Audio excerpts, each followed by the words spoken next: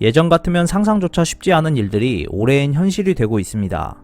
세계 최고 품질로 손꼽히는 이탈리아 와인 산업도 C19의 여파로 판매 위기를 맞았습니다. 지난 3월부터 2달간 이탈리아 정부의 봉쇄 조처로 음식점, 술집 등이 모두 문을 닫으면서인데요. 봉쇄는 5월 중순에 해제됐지만 여전히 C19 이전의 판매량은 나오지 않고 있습니다. 전 세계가 감염증 사태를 겪고 있는 터라 수출도 예전 같지 않아 봉쇄 기간 와인 판매량이 예전의 절반 수준으로 급감한 것으로 나타났습니다. 와인 업계에서는 최근 30년 이래 최악의 실적을 기록한 것으로 보고 있습니다. 문제는 벌써 포도 수확철에 접어든 가운데 여전히 창고에 쌓여있는 재고입니다. 새 와인을 생산해 저장하려면 그만큼의 공간이 필요한데요. 결국 와인 제조자로서는 눈물을 머금고 고품질 와인을 떨이로 처분할 수밖에 없는 상황이 됐습니다. 이런 가운데 감염증으로 수요가 급증한 손세정제가 재고 처리의 대안으로 떠올랐습니다. 와인 100리터당 고순도 알코올 10리터를 만들 수 있다고 하는데요. 이탈리아 정부는 지난 6월 와인 재고 처리와 손세정제의 원활한 수급을 돕고자 이를 지원하고 있습니다.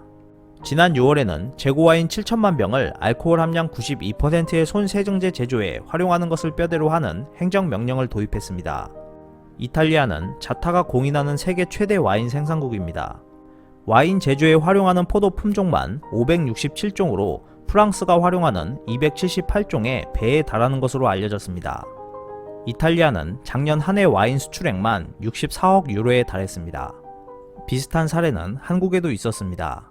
C19 여파로 항공 여객 수요가 전년 대비 92% 이상 감소하자 전 세계 주요 항공사들이 잇따라 최악의 실적을 발표했지만 한국 항공사들은 전 세계 유일하게 올해 영업이익 흑자를 기록하는 성과를 올렸습니다.